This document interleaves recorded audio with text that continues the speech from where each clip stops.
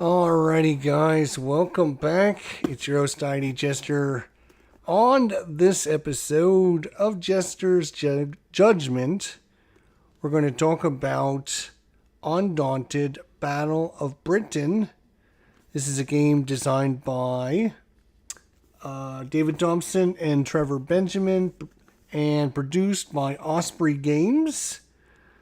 So we're going to give us the good points about this game, the 5 things we really liked about this game, the 5 things we didn't like about this game, and then we're going to give you our overall verdict. Is it worth picking up? Is it worth you investing your time to play this game? And what was my final thoughts of this game? So, as you know, we did a review of Undaunted Normandy not too long ago, and it got the seal of approval. It was Jesterfied. Will Undaunted Battle of Britain be the second of the series to be Jesterfied? Let's find out. Let's go right into it and talk about so I'm going to put this on I'm going to have to so I forgot to do something. How do I switch screens without broadcasting it out to you guys? That is a great question. How do I do that?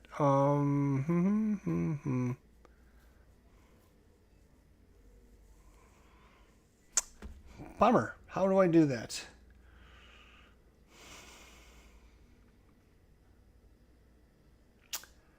Let me think about this. We will be right back.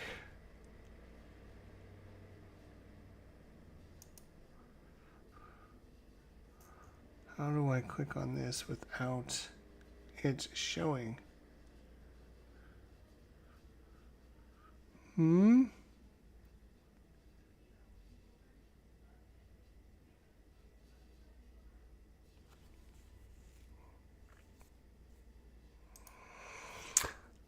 Alright, well, I just can't figure out a way to do it, so I'm just going to have to kind of go over each of these things a little bit. There, you got a sneak peek at them. There you go. So, number 1, the pros, the 5 best things of Undaunted Battle of Britain. Number 1 is it's quick to pick up. If you are familiar with the Undaunted system of games, it's going to be one of these games that you can literally read the rule booklet and be up and running in about 10 minutes. It didn't take me very long to figure out. There's a few things that this game does a little bit differently, but it's basically the Undaunted system. Which, if you're familiar with that system, it should be pretty easy for you to pick up and play. I did an unboxing video, took this game out of the shrink wrap, and within 2 hours, I had the game and was doing a video on playing through the game. So, very easy to pick up, especially, and even if you're not familiar with Undaunted, it's easy to pick up. There's not a lot of rules to it, to be honest. Number 2, the pros, the best things that we like. I was wondering how they were going to do the movement of the planes and keeping things a swirling mess of, planes. And the way they did that was kind of cool, I thought, where when you activate a unit, you must move the unit. And then you can choose one of the other options to either attack or maneuver or whatever along with your move. So it does keep it a nice fluid back and forth. You feel the planes moving around. They're not just static units, which is kind of nice. Number 3, it does feel like a tactical air combat game. There's not a lot of tactical air combat games out there. This is a very, very tactical air combat game. If you enjoy tactical games, if you enjoy air combat, you'll might be a great game for you to try out. It does have a very heavy tactical feel to it. And of course, the air combat is, like I just mentioned, with the units moving, and it does feel like an air battle going on right in front of your eyes. Number 4, it's quick to set up. Again, most of the maps and the scenarios, you're just going to build the maps, put the little pieces out there, connect them all together, put a couple counters out there, get some cards, and shuffle them up, and you're ready to go. So you can get a scenario. You can just start taking things out of the box, and within 10 minutes, you can have a scenario set up and ready to go. It's not going to take a long time to set scenarios up. It's going to get you on the table and get you playing it pretty quickly. And last but not least, of the best things of this is at least they're trying new things with the Undaunted system. We've gotten Normandy, we got North Africa, we got reinforcements, we got Stalingrad. They're all very similar. They all kind of do the same thing. At least with this game, they're trying something different. They're like, hey, I wonder how well does this game play with air combat? We got land combat. Let's try air combat and see how it works with that. So they're going to give kudos for them to try new things. It's not just the same thing rehashed. They could have just done Battle of the Bulge. Boom. Let's just put out a pack. We'll do Battle of the Bulge. That's a really popular one. People will buy it, and we'll just make a lot of money on it. Nope. At least they thought about, what else can we do with this? Let's try to innovate. Let's try to add something to people out there and not just rehash the same things over and over and over again. So 2 thumbs up for that. 2 kudos. I do appreciate when companies, designers, and everyone, they take a risk and they say, what else can we do? And we're going to try this out. Now, with all those good things said, let's find out the things that are not so great anymore. And of course, you've got a sneak peek of those, but we'll start with number 1, the lack of units. This was kind of disappointing when I was familiar with the Normandy, and you had a nice variety of units in that box. You had different kinds of units doing different kinds of things. In this game, it's like Spitfires, Hurricanes, BF-109s. I mean, there's very few different kinds of units. It was very disappointing. You thought maybe you would get, you got Spitfires, you got Hurricanes, but you have Spitfires. All the Spitfires are Spitfires. And you have Hurricanes, so all the different varieties of Hurricanes are Hurricanes.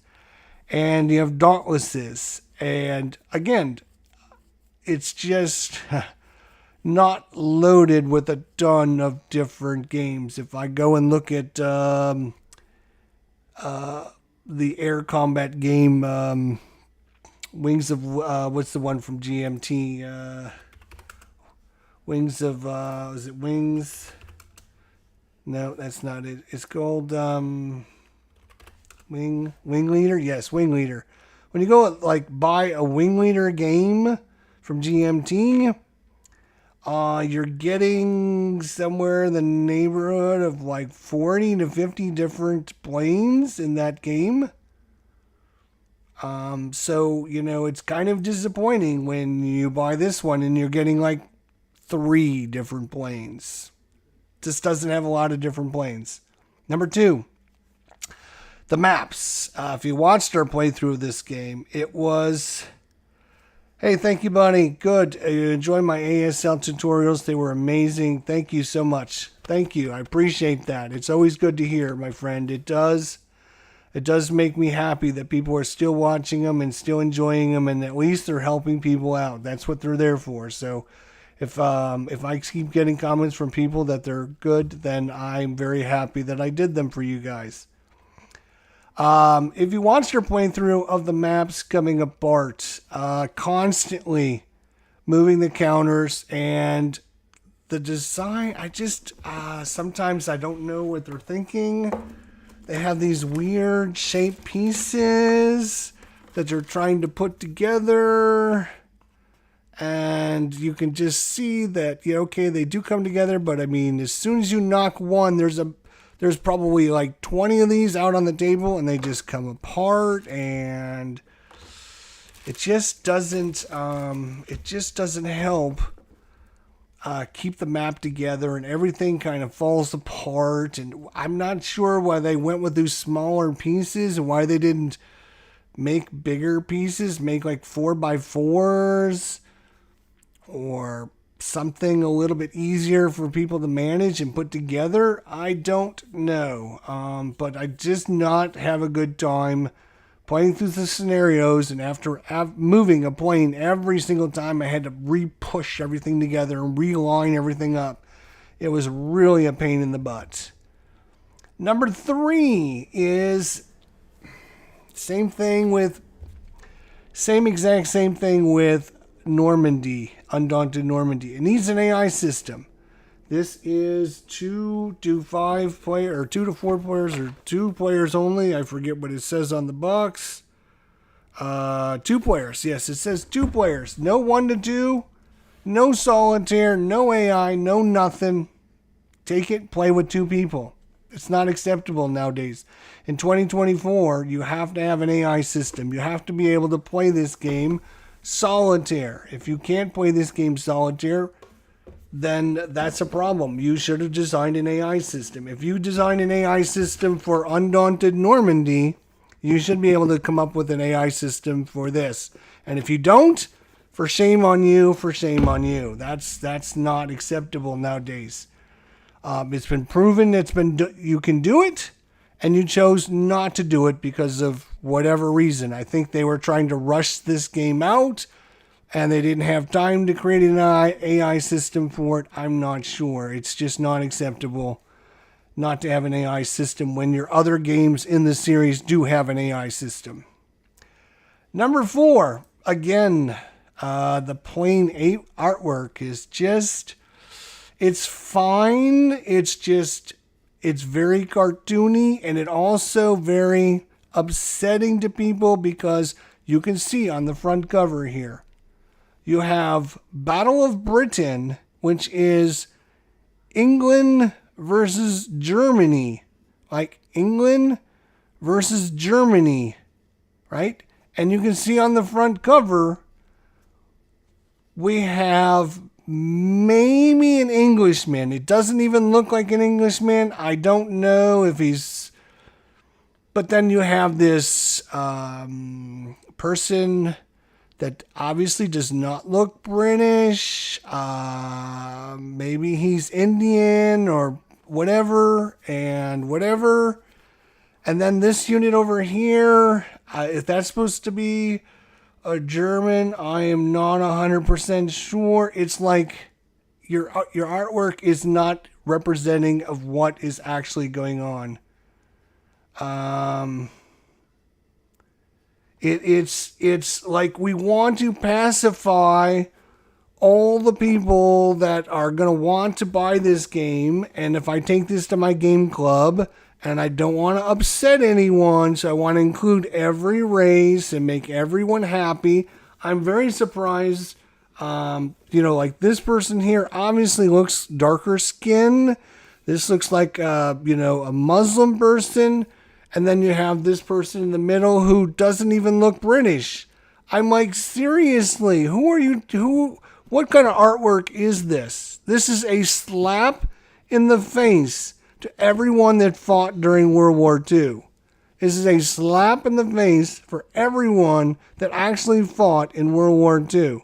You're trying to cartoonize it, and you're trying to dumb it down so that you will get more sales for your game because more people will not be offended by your artwork. And it's a shame that is what society has come up with nowadays.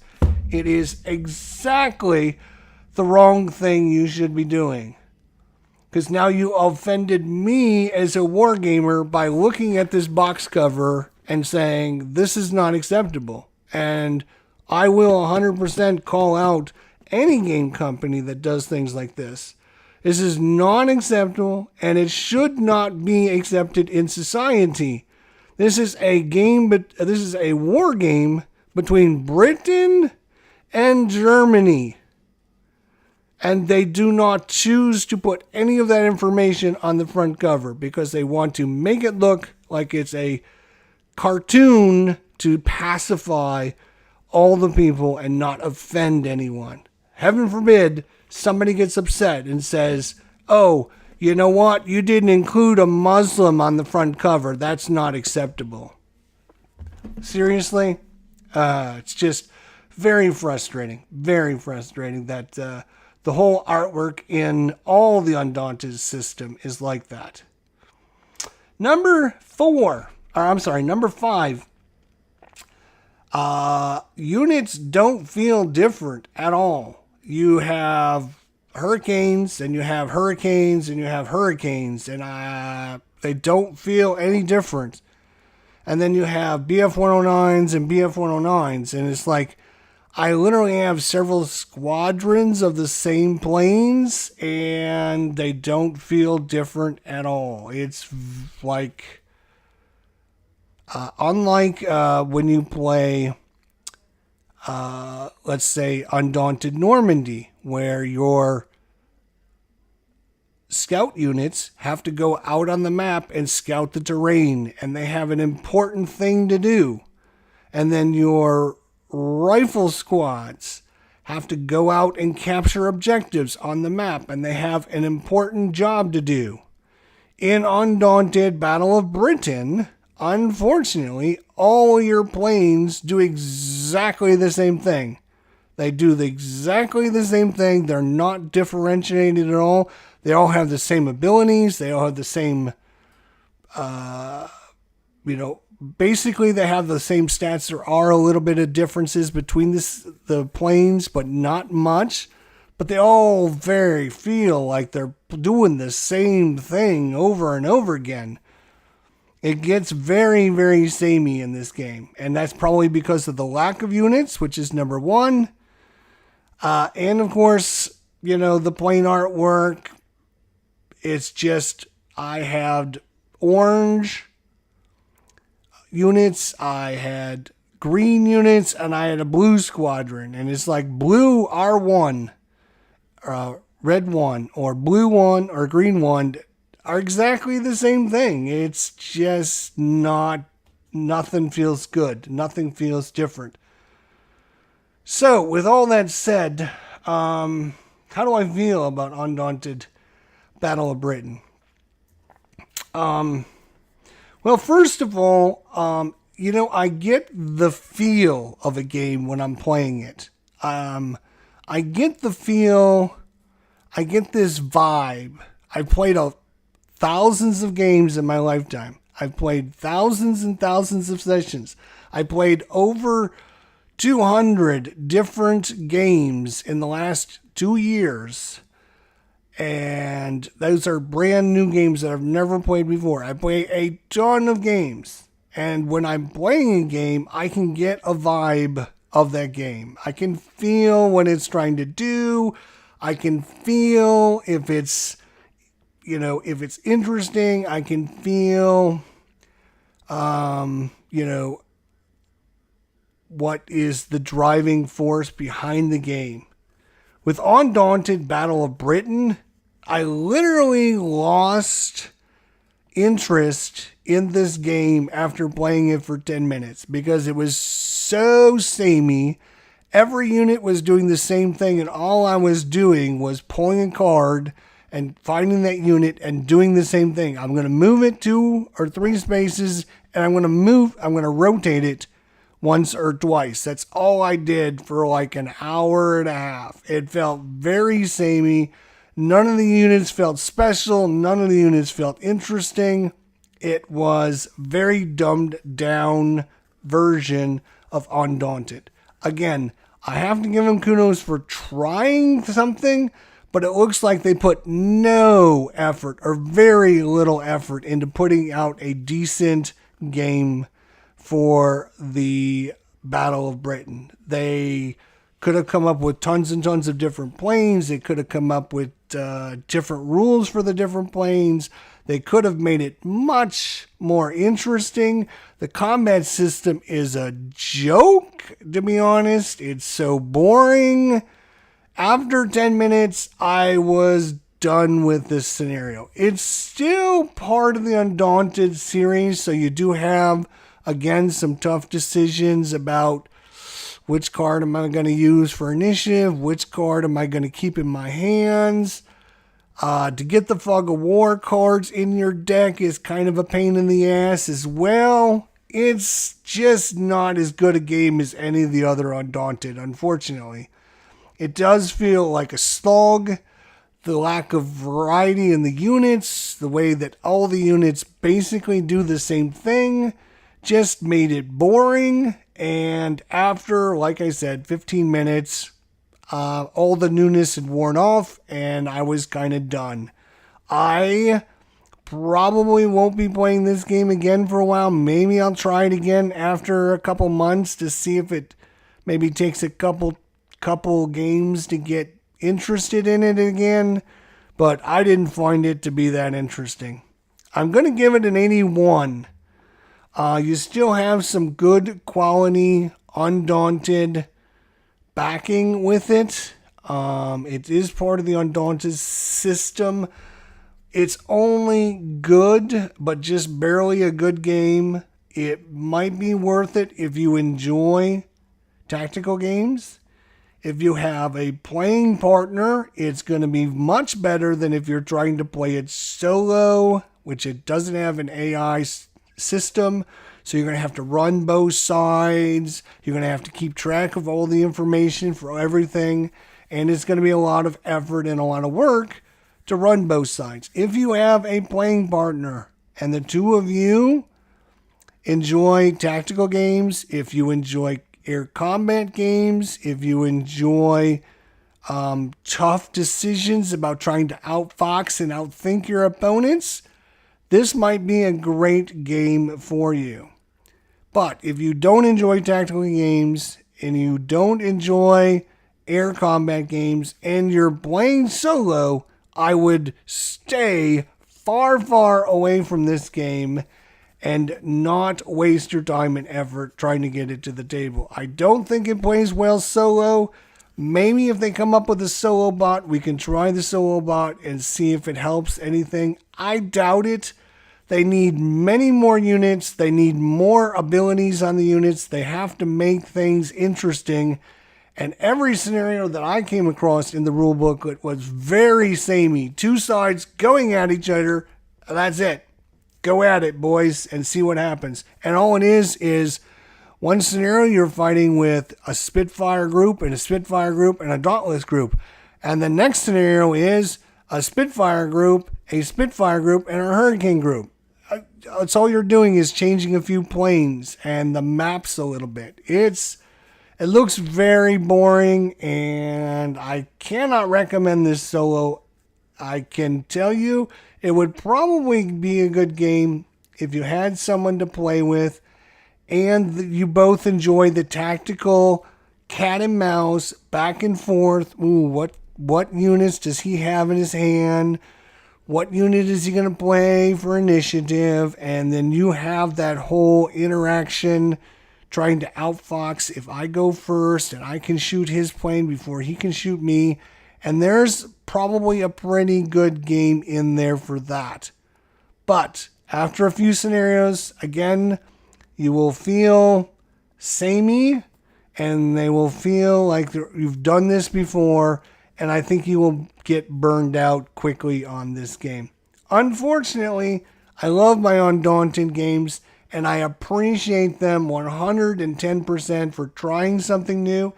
It didn't go over great. Sometimes, you take a pumpkin pie and you add whipped cream and it makes it better. And then sometimes you take a pumpkin pie and you add cherry sauce and it doesn't make it better.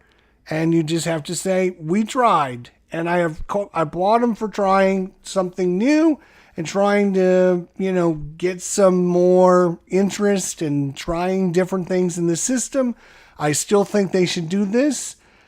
With other games, they could try Undaunted Battle of the Atlantic and basically have sea combat between ships and stuff, which I think would be pretty neat. Have a pretty good idea. There's lots of different ships. You have destroyers and cruisers and, light cruisers, aircraft carriers. You have planes. You have all kinds of things you can do with the Battle of Atlantic or Battle of the Mediterranean or whatever. I think there's other games that you could try with this system that I think would be good, unfortunately. And I love planes. I have a whole stack of them right here. I have a BF 109. I have all kinds of planes.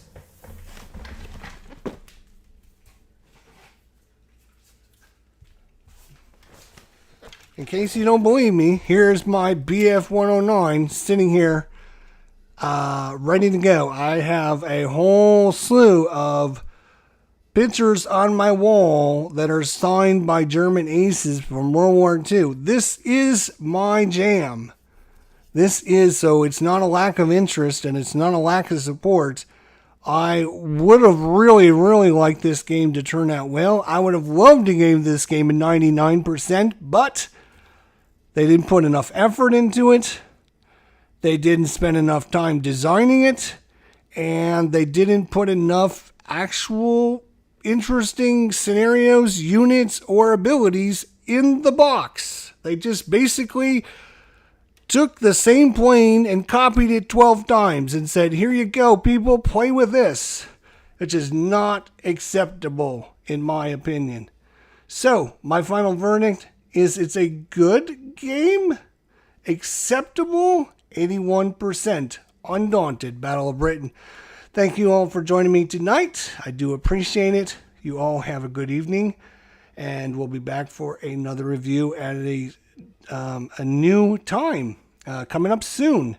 So if you have any thoughts, comments, suggestions, questions, let me know in the comments section down below. I would appreciate it if you would hit that like button and leave a comment down below. If you're a new subscriber to the channel, we would appreciate it. That would be great.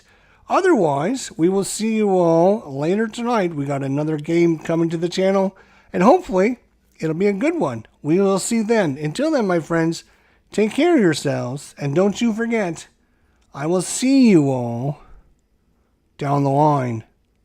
Bye for now.